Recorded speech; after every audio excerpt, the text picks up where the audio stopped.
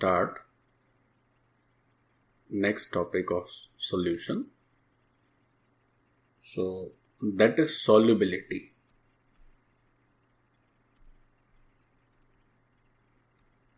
Solubility. अब ये जो solubility है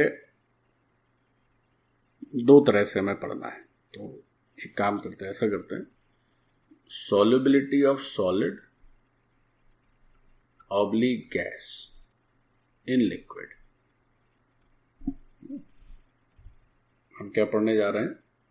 सॉलिड और गैस की सॉल्युबिलिटी लिक्विड में कैसे आती है, लेट्स सी. तो इसमें सबसे पहले हम करेंगे solubility of solid in liquid, then we will do solubility of gas in liquid. So put the first heading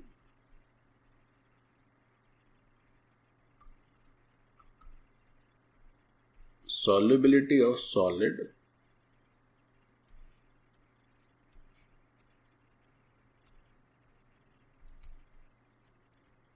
in liquid. Solubility of solid in liquid. Solubility of solid in liquid. तो कुछ important factors होते हैं जिस पर solid कितना soluble होगा किसी दिए हुए लिक्विड में, ये डिपेंड करता है. So let's see them one by one. So ऐसे लिख सकते हैं, it depends upon, this is complete theoretical part, it depends upon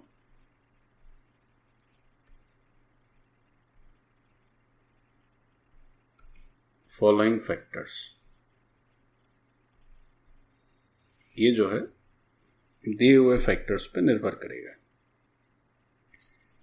तो इसमें जो सबसे इंपॉर्टेंट फैक्टर है वो हो जाता है बच्चों nature of solute and solvent. Nature of solute and solvent. Nature of solute and solvent. देखें क्या है ये.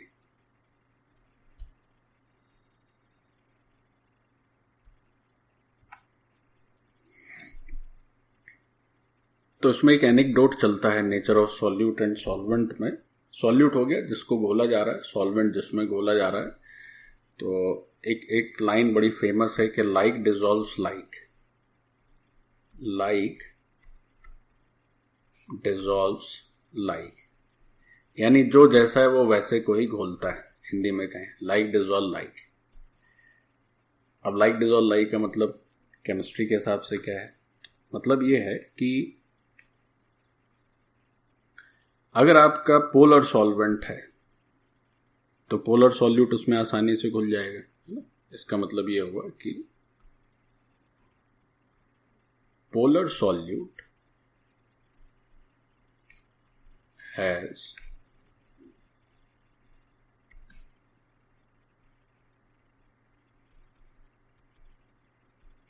high solubility in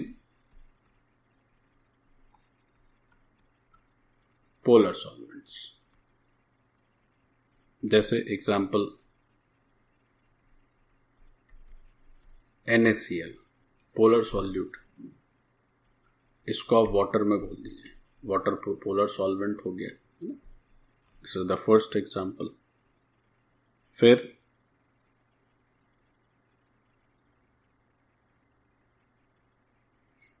ऐसे बहुत सारे हो सकते हैं, तो कई सारे ऐसे एग्जाम्पल होते हैं. कोई भी पोलर सॉल्यूट होगा उसको आप पोलर सॉल्वेंट में घोल देंगे तो बहुत अच्छे से वो घुल जाएगा. Complete. Yes sir. Yes. KCl, NH2O, बहुत सारे एग्जाम्पल्स हो सकते हैं. So main thing is like dissolve like, जो जैसा है उसमें वैसे ही घुलेगा, इस बात को याद रखना है. तो लाइक डिजॉल्व लाइक में एक काम करते हैं कि हम लोग पॉइंट वाइज लिख लेते हैं. सो इसको हम लोग सेम मान के चलते हैं. दिस इज या चलिए अब काफ़ी ऊपर से ही पॉइंट चल रहे हैं, 1 का ए हो गया ये। Solubility in liquid is the first part.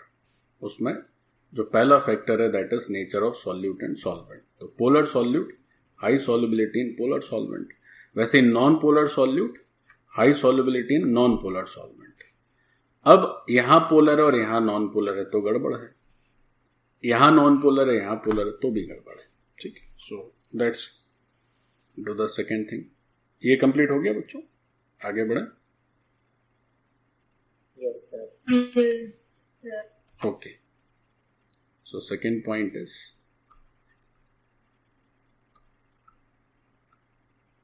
non-polar solute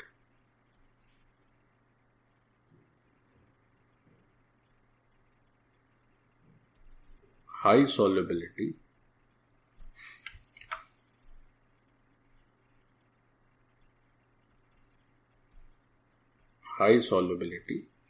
in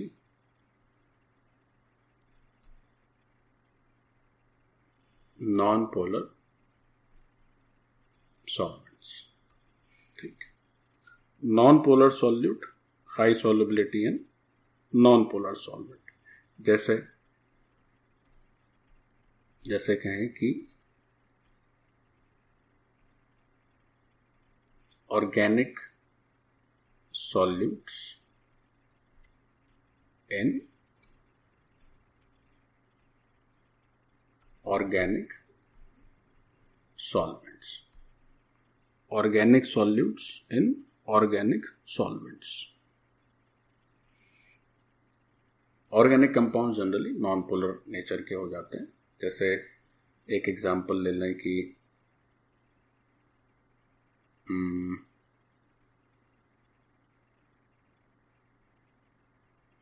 कोई भी ऑर्गेनिक सॉलिड है, बेंजीन में, है ना, ये नॉन पोलर कंपाउंड है तो कोई ऑर्गेनिक सॉलिड बेंजीन में अच्छा घुल जाएगा। तो non polar solute high solubility in non polar solvent. अच्छा, अब क्या हो कि polar solute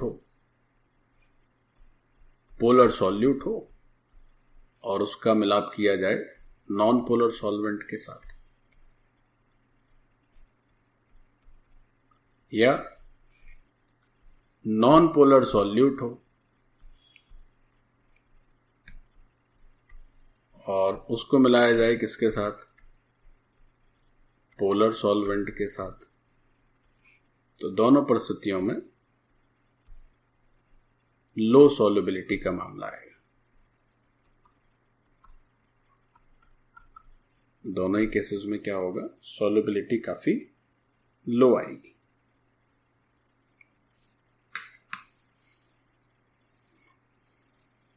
complete.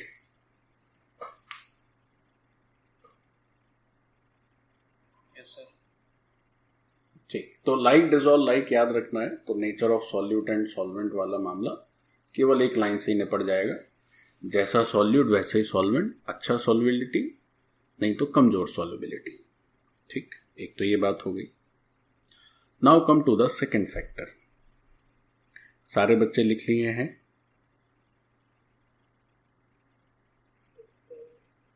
Yes sir. ठीक है, चलो now we are moving towards the second factor. So देखें सेकेंड फैक्टर क्या है, B part. So B part is effect of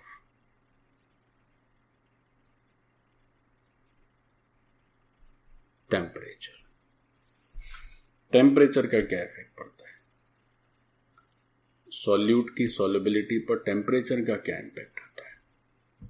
अभी जो टेम्परेचर वाला इफेक्ट है वो बच्चों ली चैटलियर प्रिंसिपल से हम लोग देखते हैं। सो बाय यूजिंग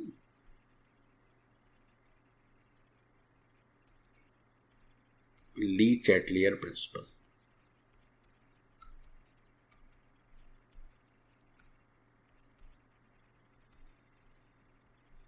तो ली चैटलियर प्रिंसिपल में क्या होता था, टेम्परेचर का इफेक्ट तो उसके लिए ये जानना जरूरी था कि रिएक्शन आपकी एक्सोथर्मिक है एंडोथर्मिक। तो उसमें फर्स्ट पार्ट देखते हैं, if it is a endothermic reaction,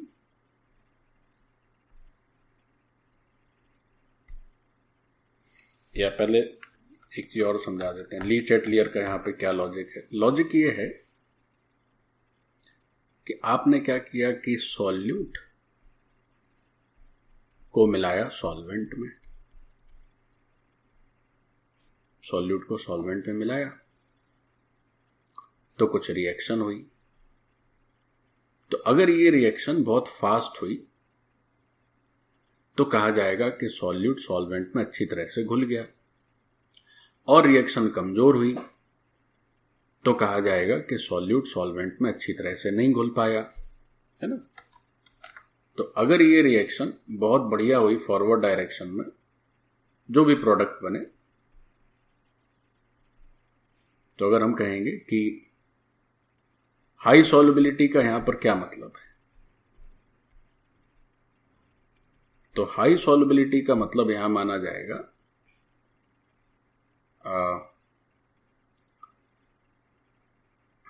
कैसे लिखें, high solubility by forward reaction ऐसे लिखें, ठीक। और जो लो सॉल्युबिलिटी है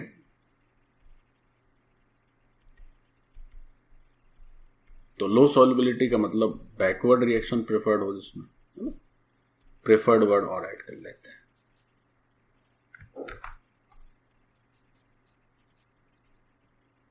और यहां पर भी प्रेफर्ड वर्ड ऐड कर लेते हैं।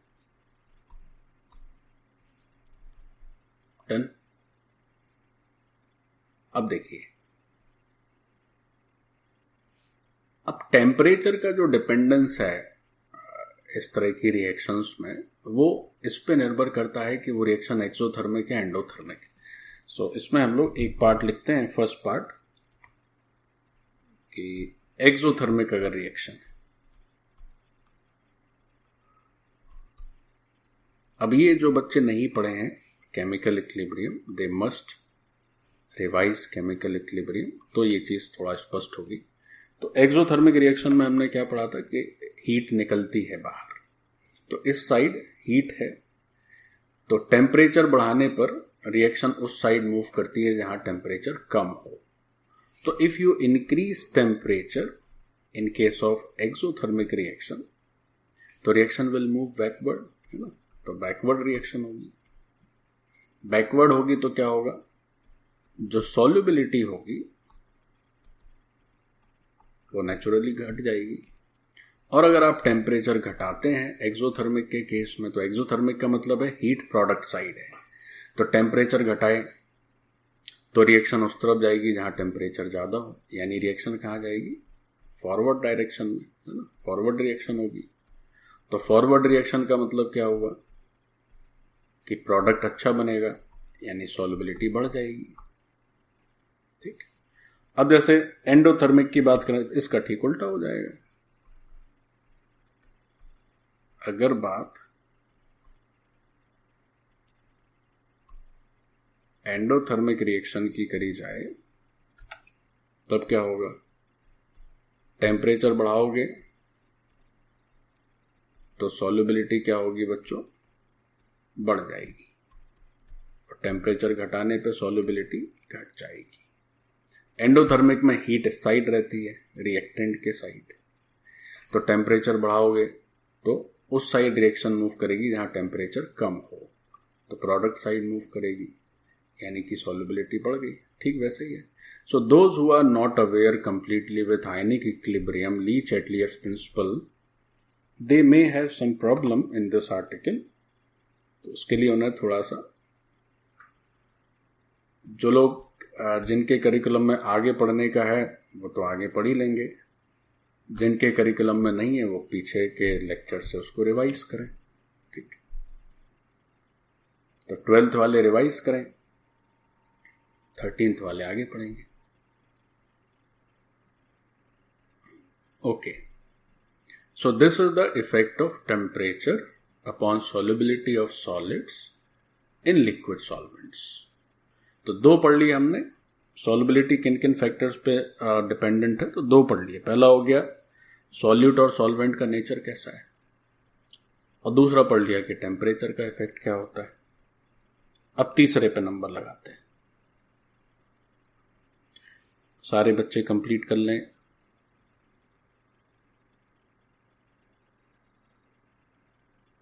डन?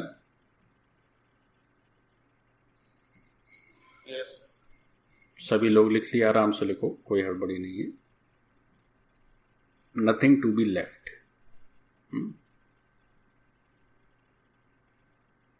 ओके, सो आगे बढ़ रहा हूं मैं। So now we are moving at effect of pressure.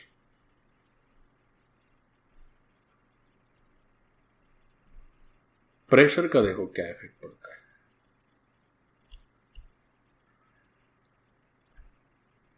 तो अगर सॉलिड को आप घोलने जाते हैं किसी लिक्विड में, प्रेशर का बच्चों कोई इफेक्ट नहीं आता है। तो इस बात को भी लिख लिया जाए कि no effect if solute is solid. Pressure वगैरह तब इंपैक्ट डाल सकता है when solute is gas. If solute is solid then pressure has no role to play. Complete. क्योंकि सॉल्यूट अगर सॉलिड है तो खुद ही बहुत ज्यादा सॉलिडिफाई है, उसमें तो बहुत ज्यादा खुद ही प्रेशर है। प्रेशर क्या कर लेगा उसका। चलिए साहब, तो ये तीन ही बातें हैं जो सॉलिड को लिक्विड में घोलने में हमें ध्यान रखनी है। अब ये जो पार्ट था ये थोड़ा सा थ्योरेटिकल था, ठीक है, निपट गया। बट अब जो नेक्स्ट पार्ट हम पढ़ने वाले हैं कि गैस की सॉल्युबिलिटी का लिक्विड में क्या क्या पैरामीटर्स है, that is very important and some numericals based on that portion is also very important. So now we are moving to the second part of the lecture, which is solubility of gas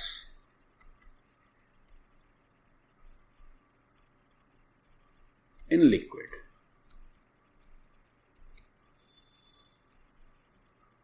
Solubility of gas in liquid. जरा देखें भाई ये क्या होता है। तो इसमें भी क्या है कि जैसे अभी हम लोग वहां पढ़े कि सॉल्यूट सॉल्वेंट का नेचर क्या है, टेम्परेचर क्या क्या इफेक्ट है, प्रेशर क्या क्या इफेक्ट है, तीनों पैरामीटर्स इसमें भी करेंगे। So let's start one by one. So parameter A is nature of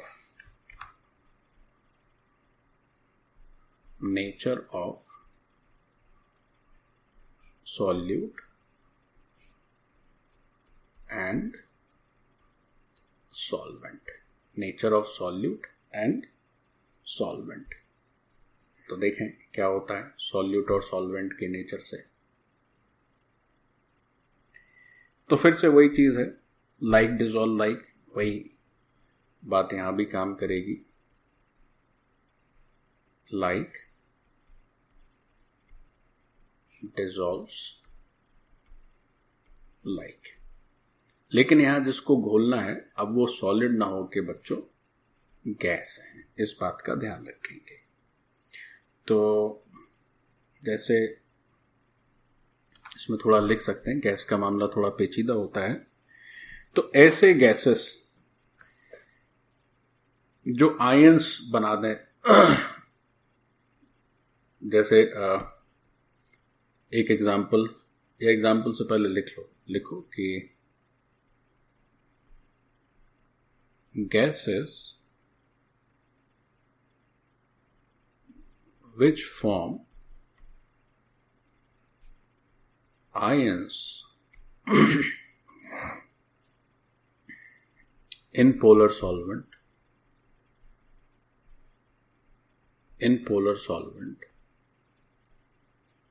are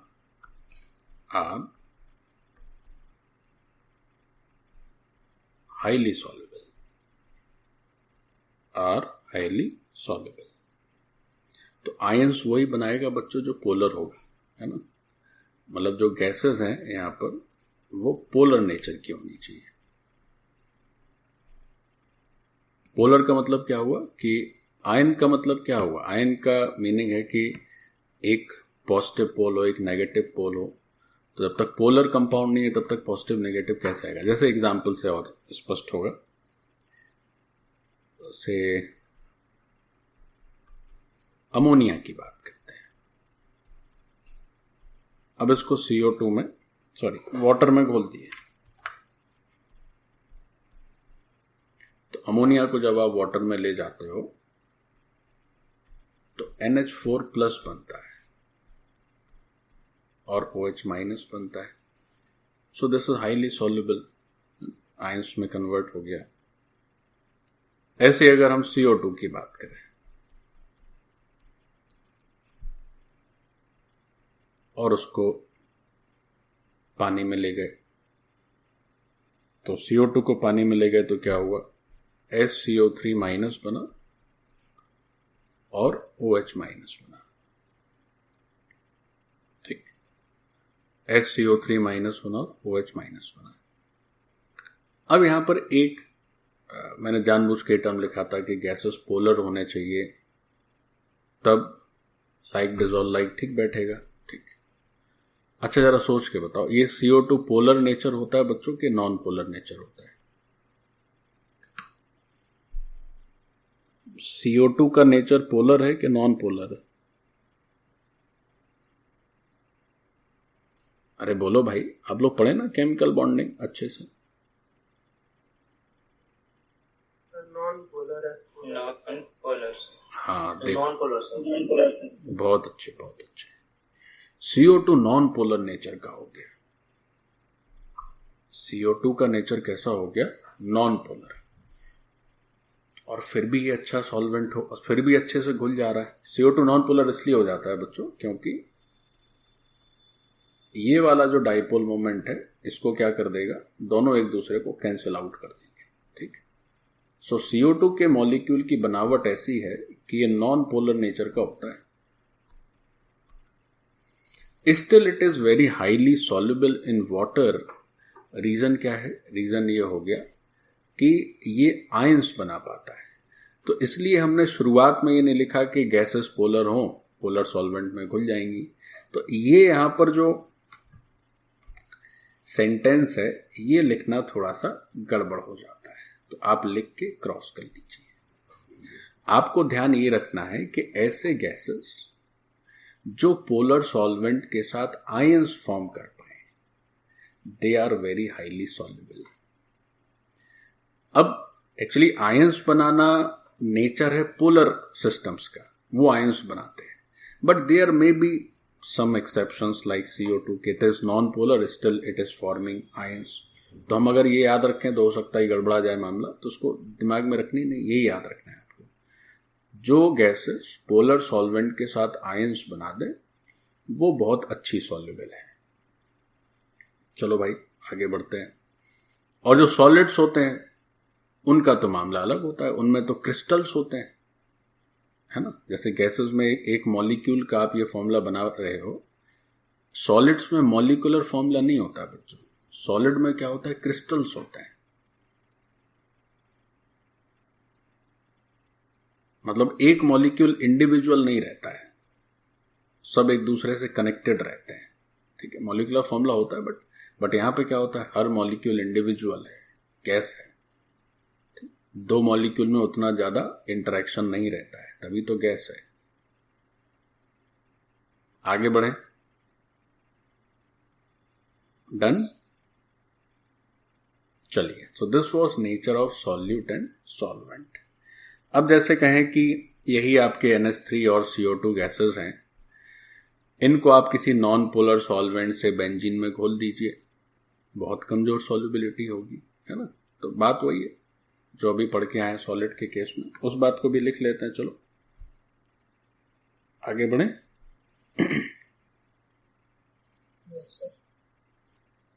ठीक, तो लिख लो एक लाइन कि एक और ऐसा करते हैं, इसको भी एग्जाम्पल के तौर पे लिखेंगे कि solubility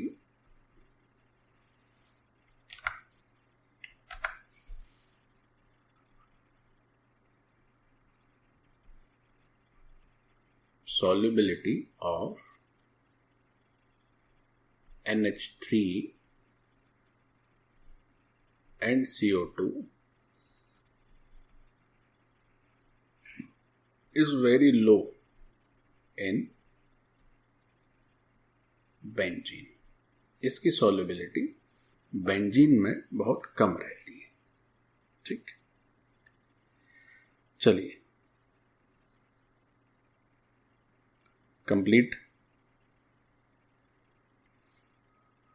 अब इसमें एक चीज और भी है जो सॉलिड्स के केस में नहीं होती है। अब अगेन जो लोग स्टेट्स ऑफ मैटर चैप्टर पढ़े हैं उन्होंने, उनको याद होगा एक टर्म था लिक्विफिकेशन ऑफ गैसेस। तो यहां पर एक बात और भी रहती है कि जो गैसेस इजीली लिक्विफाई हो जाएं उनकी लिक्विड्स में सॉल्यूशन, उनकी लिक्विड्स में हाई सॉल्युबिलिटी रहती है। तो इस बात को भी लिख लें कि gases which can be liquefied easily have high solubility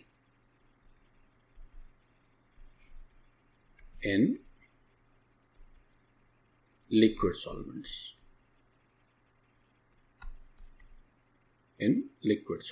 फिर तो वो भी लिक्विड हो गया, सॉल्वेंट भी लिक्विड हो गया। हमने लिक्विड की लिक्विड में सॉल्युबिलिटी आपको नहीं बताई। क्यों नहीं बताई? बताने की जरूरत ही नहीं है। लिक्विड और लिक्विड दोनों सेम फेज हो गया तो सॉल्युबिलिटी की प्रोबेबिलिटी बहुत हाई हो जाएगी बच्चों। ठीक, इसलिए हम लोग केवल क्या पढ़ रहे हैं? हम लोग पढ़ रहे हैं solubility of solids and liquids and solubility of gases and liquids. Solubility of liquids and liquids नहीं पढ़ रहे हैं, उसकी जरूरत ही नहीं है। तो जो गैसेस इजीली लिक्विफाइड हो जाएं वो भी लिक्विड सॉल्वेंट्स में अच्छी सॉल्युबिलिटी देते हैं। So this was the first part, nature of solute and solvent. Now come to temperature. B, effect of temperature. Effect of temperature. Solubility of gases in hot liquid कैसा?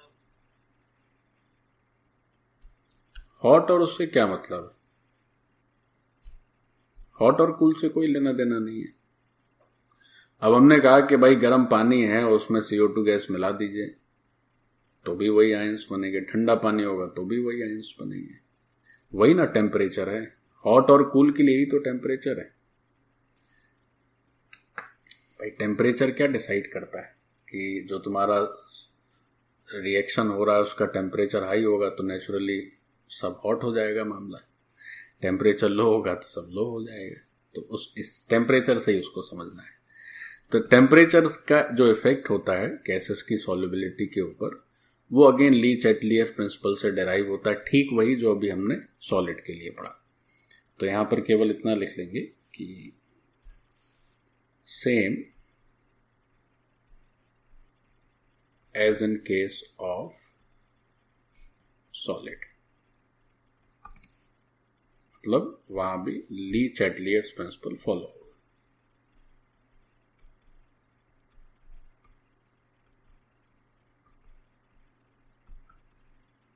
ली Chatelier's principle follow होगा। तो इसी में सब hot cold सब कुछ आ जाएगा।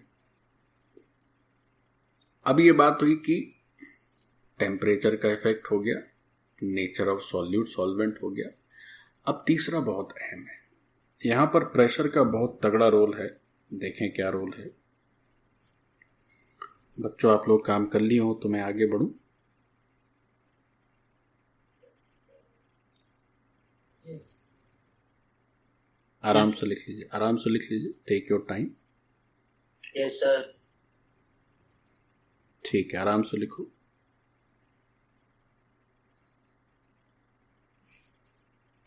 Done. Now come to the third part, C part. Effect of pressure. Very important.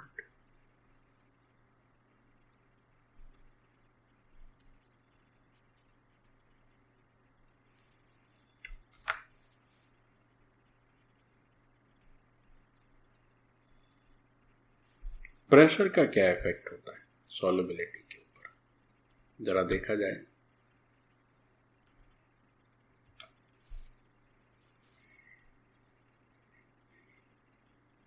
तो अगर टेम्परेचर सेम रखा जाए at constant temperature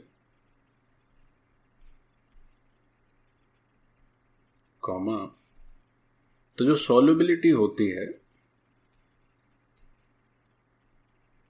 that is directly proportional to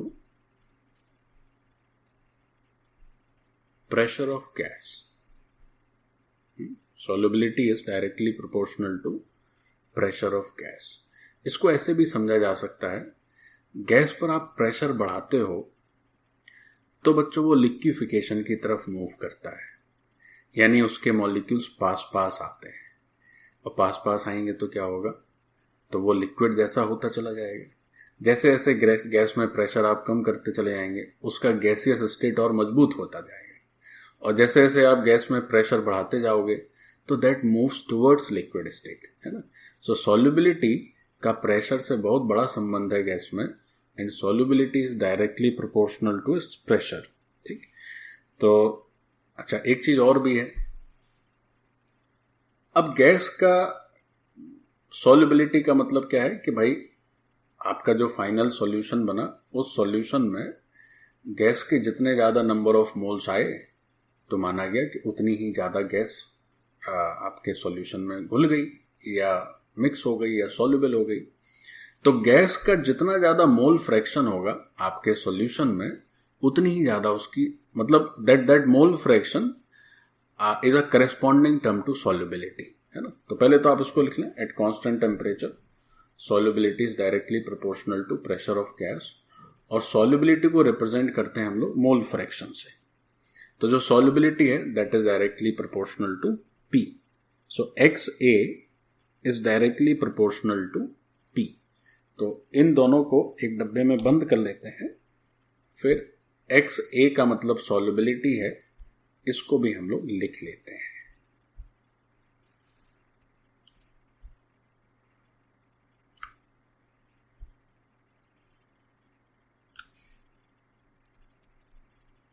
Okay, so what is this XA?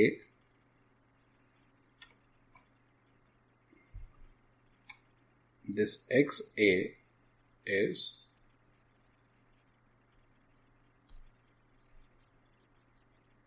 mole fraction of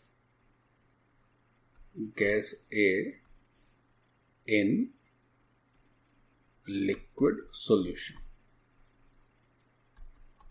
In liquid solution.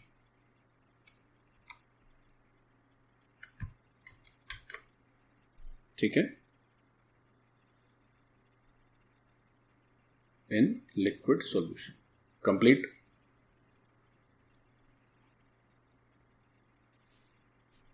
Yes sir. Yes sir.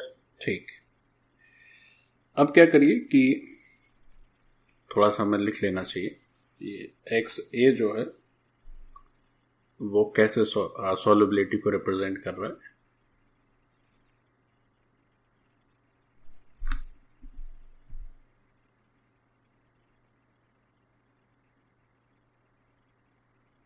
ऐसे लिखो, x ए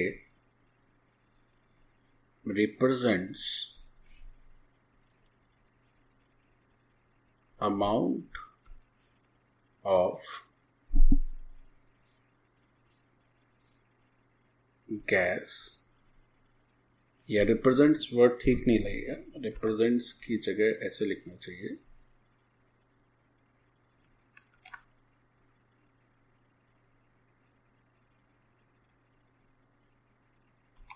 x ए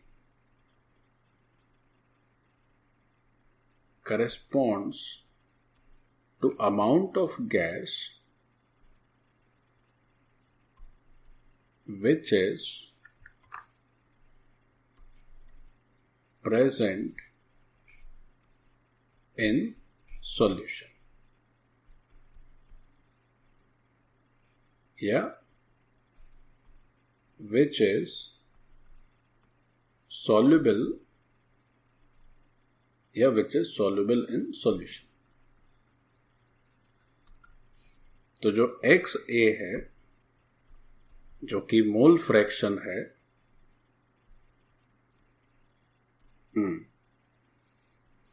okay, तो ये जो XA है, जिसको कि आप मोल फ्रैक्शन कहते हो, ये रिप्रेजेंट करता है सॉल्युबिलिटी को, है ना. सो XA which is mole fraction, ऐसे लिखेंगे कि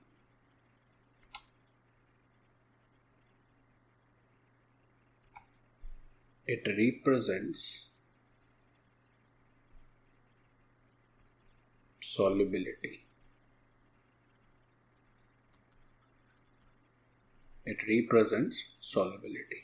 Full stop. Complete. So that was effect of pressure.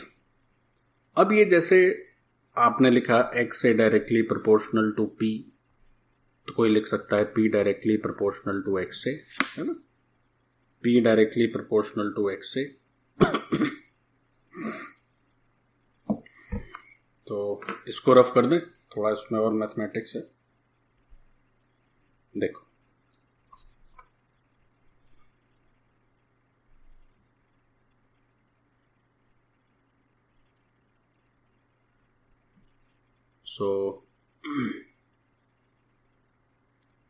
हमने लिखा P directly proportional to X है. अब इस प्रोपोर्शनैलिटी का साइन अगर हटाना है तो हम क्या करेंगे, एक कांस्टेंट का यूज करेंगे. तो वो जो कांस्टेंट होता है, वो कांस्टेंट लिखा जाता है KH, के उसके नीचे छोटा सा h, और XA तो है ही, ठीक. तो so this constant is very important. It is called Henry's constant. क्या इसको बोलेंगे, Henry's constant. और ये जो P की वैल्यू KH इंटू X से आपने लिखी है, this is Henry's law. This is Henry's law. So इसको भी एक डब्बे में बंद कर लेते हैं. So this P is equal to KH into XA, where KH is Henry's law. Done.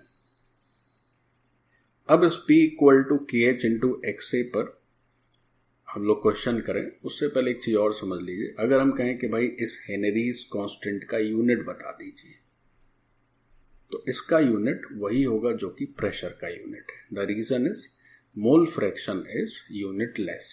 So unit is unit of pressure.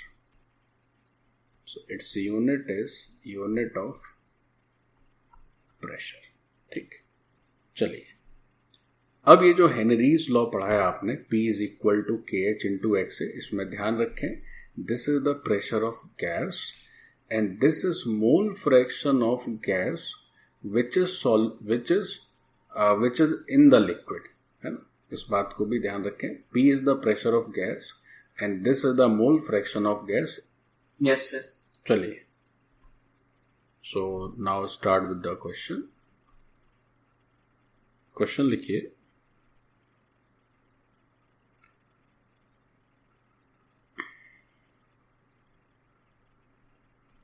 Henry's law constant, Henrys law constant या हेनरीज कांस्टेंट एक ही बात है, for solubility of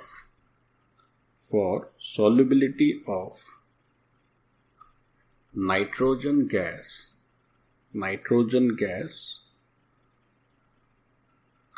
in water at 298 Kelvin is 10 to the power 5 atm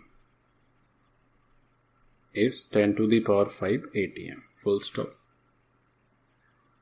Mole fraction of nitrogen, xn2 मतलब mole fraction of nitrogen in air is almost 0.8, full stop. Number of moles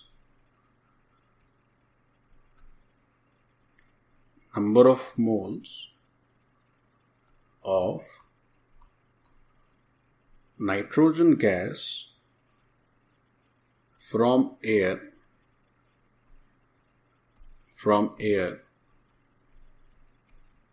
dissolved in 10 moles of water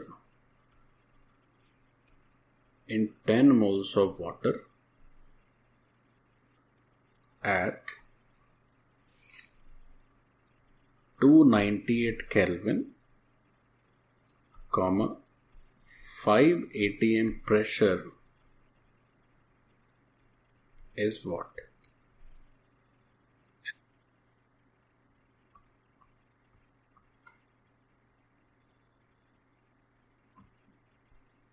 चलो इसको solve करते हैं. कितने लोग कर लिए solution? देखो कैसे करना है. लिखा है Henrys law constant nitrogen gas की वाटर में सॉल्युबिलिटी के लिए 10 टू दी पावर 5 atm है. अच्छी बात है. अच्छा, फिर नाइट्रोजन का एयर में जो मोल फ्रैक्शन है वो ऑलमोस्ट 0.8 है. अब आपको बताना क्या है? बताना ये है. आंसर क्या है? 4 into 10 to the minus 5. Answer नहीं है मेरे पास, करके देखते हैं. आपको बताना ये है कि number of moles of nitrogen gas बताने हैं अगर एयर को डिसॉल्व किया गया 10 moles of water at 298 kelvin and 5 atmospheric pressure. तो बताना है कि नाइट्रोजन गैस के उसमें कितने मोल्स होंगे. तो देखो कैसे बताया जाए. तो मान लेते हैं कि चलो भाई नाइट्रोजन गैस के n मोल्स हो गए, है ना. So let moles of nitrogen gas equal to n. So we are interested in value of n. Okay.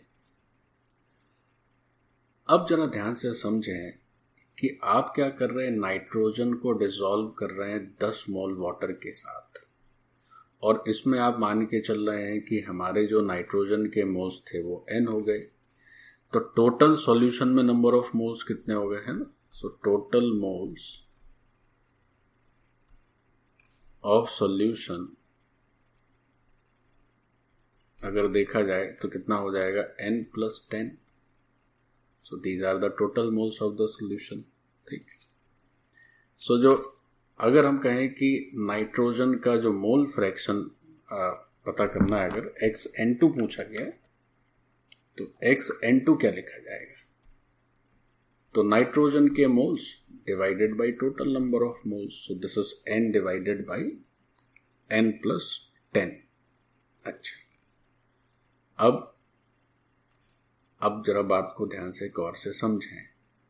लिखा है कि एयर में जो नाइट्रोजन का मोल फ्रैक्शन है वो 0.8 है, और एयर का प्रेशर दिया है 5 एटमॉस्फेरिक प्रेशर. तो नाइट्रोजन गैस के चलते जो प्रेशर होगा इस एयर में वो कितना होगा. तो हम लिखें प्रेशर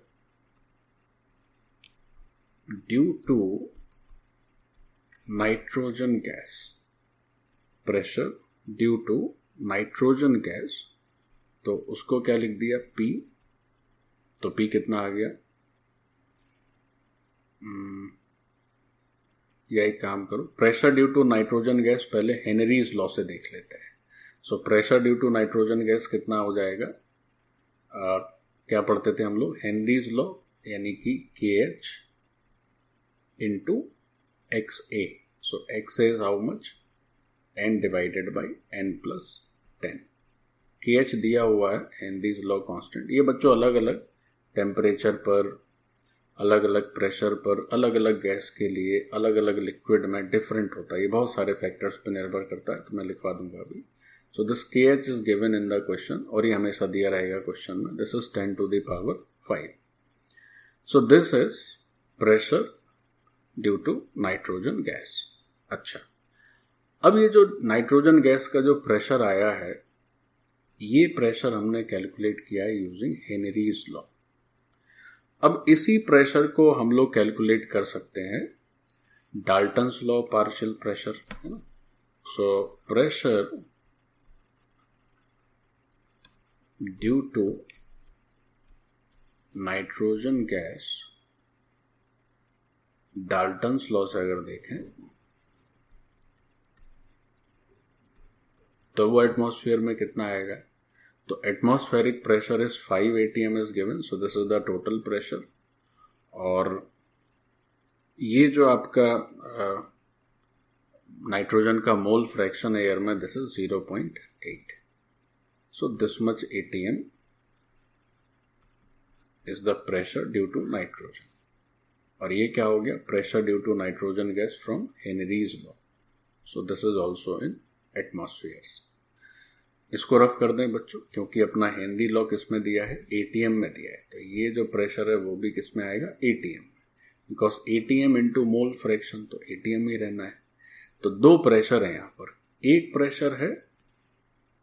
प्रेशर है बच्चों जो नाइट्रोजन का इतना मोल फ्रैक्शन है एयर में, और एयर का इतना प्रेशर है। सो नाइट्रोजन के चलते प्रेशर कितना आ जाएगा, total pressure into mole fraction, जो कि डाल्टन्स लॉ पार्शियल प्रेशर होता है। और एक दूसरा प्रेशर है वो हेनरीज लॉ से आ गया कि KH into mole fraction of nitrogen. अब हमें बस करना क्या होगा, इन दोनों प्रेशर को आमने सामने रख देना होगा, ठीक। तो इसको मैं रफ कर दे रहा हूं, आगे बढ़े। Complete, okay, yes sir. Okay.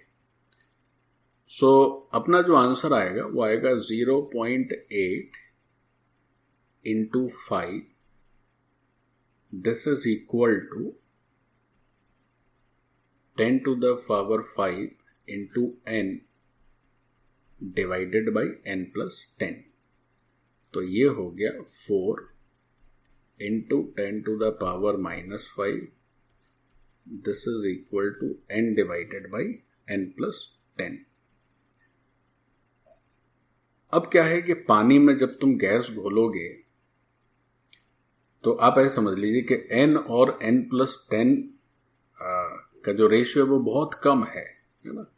मतलब ये हुआ कि जो n होगा वो इस 10 की तुलना में बहुत छोटा है, जो n है वो इस 10 की तुलना में बहुत कम है, तभी ना इतना रेशियो आ रहा है, बहुत कम रेशियो आ रहा है। तो हम उसको ऐसे भी लिख सकते हैं कि 4 into 10 to the power minus 5, this is equal to n by 10, या n की वैल्यू लिखी जा सकती है 4 into 10 to the power minus 4 moles, 4 moles. So this is your answer. Complete हो गया बच्चों। अब इस क्वेश्चन में एक बात है जो मन में अटकनी चाहिए। बात ये है कि सर ये जो अपनी जो ऊपर का आपने स्टेटमेंट लिखा है, ये तो सर जो प्रेशर है नाइट्रोजन का वो एयर में है, ये क्या है, this is pressure of nitrogen in air. ये तो एयर में लिखा है सर, क्योंकि एयर का ये मोल फ्रैक्शन है, नाइट्रोजन का ये मोल फ्रैक्शन एयर में, और एयर का टोटल प्रेशर है। और सर ये जो हेनरी लॉ से प्रेशर हम लिखे हैं वो कौन सा प्रेशर है, सो this is pressure of nitrogen in liquid. यही तो है, ये तो लिक्विड की बात हो रही है और ये बात हो रही है एयर की बात हो रही है। तो ये दोनों बराबर होते हैं क्या सर? मतलब वो जो नाइट्रोजन है उसका एयर में जो प्रेशर होगा, क्या वही प्रेशर नाइट्रोजन के चलते लिक्विड में भी आएगा? ये बात तो समझ में आनी चाहिए ना, ये बात होनी चाहिए। क्यों भाई? भाई हेनरीज लॉ में जो प्रेशर है वो प्रेशर क्या है? Pressure of the gas in liquid. और ये जो प्रेशर है वो कौन सा प्रेशर है? वो pressure of gas in air है। तो गैस में जो, एयर में जो प्रेशर होगा उतना ही प्रेशर लिक्विड में होगा क्या, नाइट्रोजन का? तो देखिए, इस बात को और समझिए। ये सब लोग नोट कर लिए? ये सारे लोग नोट कर लिए? ये सारे बच्चे नोट कर लिए? हो गया कंप्लीट? यस। ठीक। तो ये जो स्टेटमेंट है pressure of nitrogen gas in liquid, इस स्टेटमेंट को ऐसे नहीं लिखना है। आप उसको लिखेंगे जैसे आप हेनरी लॉ वापस निकाल लें, उस हेनरी लॉ में आपने क्या लिखा है? P is equal to KH into XA। So this P is pressure due to gas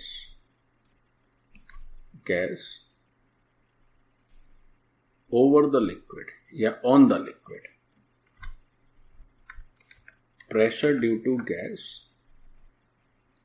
on the surface of liquid. So this is the pressure. This is the pressure which the gas applies over the surface of the liquid. तो जब आप किसी gas को solid और liquid में मिलाने जाते हैं तो शुरुआत में क्या होता है कि वो गैस लिक्विड के सरफेस पे जो प्रेशर लगाती है वो प्रेशर है ये P। और वो प्रेशर वही प्रेशर होता है जो उसका एटमॉस्फेयर में प्रेशर है। उस गैस के चलते जो एटमॉस्फेयर में प्रेशर है वही प्रेशर वो गैस उस लिक्विड के सरफेस पर अप्लाई करती है ना। सो प्लीज इसको नोट करें, इट्स वेरी इंपॉर्टेंट कि जो हेनरी लॉ है, तो यहां पे जो इन वर्ड लिखा है, पहले इन लिखो, इन को काटो और काट के फिर ऑन लिखो, ऑन लिक्विड। लेकिन इन लिख के उसको क्रॉस करना बहुत जरूरी है ताकि आपको ध्यान में रहे कि यहां पर इन ना होके ऑन होता है। So this is the pressure applied by the liquid, by the gas over the surface of the liquid। और ये प्रेशर उस प्रेशर के बराबर होता है जो कि एटमॉस्फेयर में उस गैस का प्रेशर है। ठीक, तो इस बात को भी मैं नेक्स्ट पेज में लिखवा देता हूं। तो ये बात स्पष्ट रहनी चाहिए कि हम यहां तो एटमॉस्फेयर वाला प्रेशर लिख रहे हैं नाइट्रोजन का और यहां लिक्विड वाला लिख रहे हैं। तो ये दरअसल लिक्विड के अंदर नहीं है, लिक्विड के ऊपर जो प्रेशर लगाती है वो हेनरीज लॉ में ये प्रेशर रिप्रेजेंट होता है। हेनरी लॉ स्पष्ट हो गया बच्चों? थोड़ा जल्दी करें। ठीक है, ठीक है, आगे बढ़ जाएं।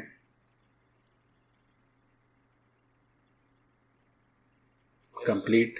चलिए लिखें, आप ऐसे लिखें, लिखें P1। P1 मान लीजिए हमने लिखा है pressure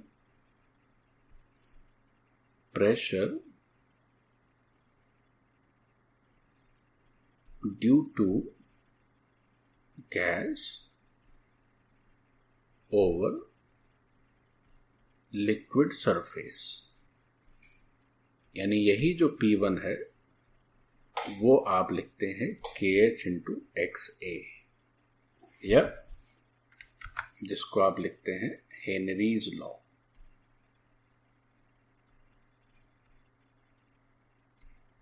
okay, now there is a P2. This P2 is the pressure due to same gas in atmosphere.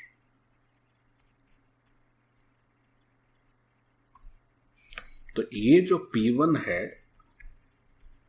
ये P2 के जस्ट इक्वल रहता है। ये जो P1 है वो P2 के बराबर रहता है। ध्यान देना इस बात का, ठीक है। चलो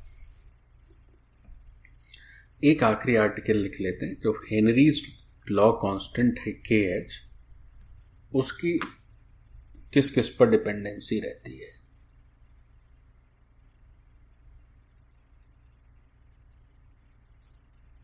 कंप्लीट।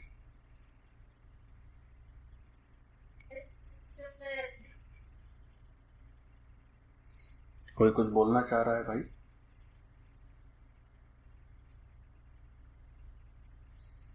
कंप्लीट हो गया बच्चों, आगे बढ़े। Yes. ओके, लिखिए। Henrys law constant KH depends upon Henry's law constant KH depends upon, इसको थोड़ा अंडरलाइन कर देते हैं क्योंकि ये बहुत इंपॉर्टेंट है कि हेनरीज लॉ कांस्टेंट किस किस पे निर्भर करता है। तो पहली जो चीज है जिस पर ये निर्भर करता है that is nature of gas, जो कि काम करता है सॉल्यूट का। दूसरा पैरामीटर है it also depends upon nature of liquid which plays the role of solvent. तीसरी अहम बात है it also depends upon temperature, and fourth is also very important, it's also depends upon pressure. तो कई सारी चीजों पे ये हेनरीज लॉ कांस्टेंट डिपेंडेंट है, ठीक। तो अगर हम सॉल्युबिलिटी चेक करें, देखो एक मैं ग्राफ बना रहा हूं आपके सामने, ध्यान से देखें जरा कि अगर टेम्परेचर मान लीजिए कांस्टेंट कर दिया हमने और अलग अलग प्रेशर के लिए अलग अलग गैसेस की सॉल्युबिलिटी चेक करें, तो वो जो सॉल्युबिलिटी के कर्व्स आते हैं वो अलग अलग आते हैं बच्चों, ठीक है। So this axis is solubility,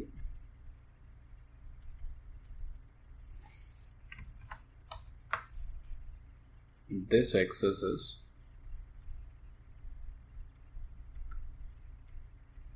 solubility and this axis is pressure.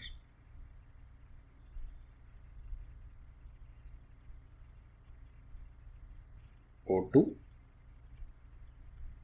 N2, helium. So these are three different gases. So this is comparison of solubility at different pressures at same temperature. तो ये जो comparison है ये क्यों आया? तो इसका मतलब ये हुआ, जैसे हम आपसे कहें कि ऐसे लिख लो, all three gases are at same temperature। एक बात। दूसरी बात, सॉल्वेंट जो है वाटर है सबके लिए, ठीक। तो हर प्रेशर पे आप सॉल्युबिलिटी देखेंगे तो सॉल्युबिलिटी फॉर्मूला क्या पढ़ते हो? फॉर्मूला पढ़ते हो P equal to KH into XA। तो XA की वैल्यू अगर पूछी जाए तो XA क्या हो जाएगा? P by KH। तो अगर कोई पूछे कि भाई ये सब सेम टेम्परेचर पर है वाटर के लिए, इसका KH कंपेयर करो, तो जिसका X से हाई होगा उसका KH लो होगा। तो हमारा कंपैरिजन क्या रहेगा? हमारा कंपैरिजन रहेगा जो हेनरीज लॉ कांस्टेंट है for O2 it is lowest, Henry's law constant for N2 is at second place, and Henry's law constant for helium is at the top. तो हेनरीज लॉ कांस्टेंट सॉल्युबिलिटी के indirectly proportionate रहता है अगर मान लीजिए कुछ gases same temperature पर दी हों तो।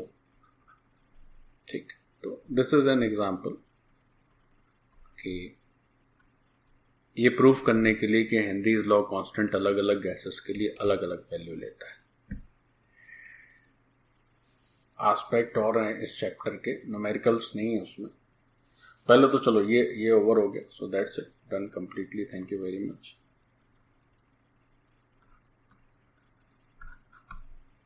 अब इसके कुछ थ्योरेटिकल एस्पेक्ट और हैं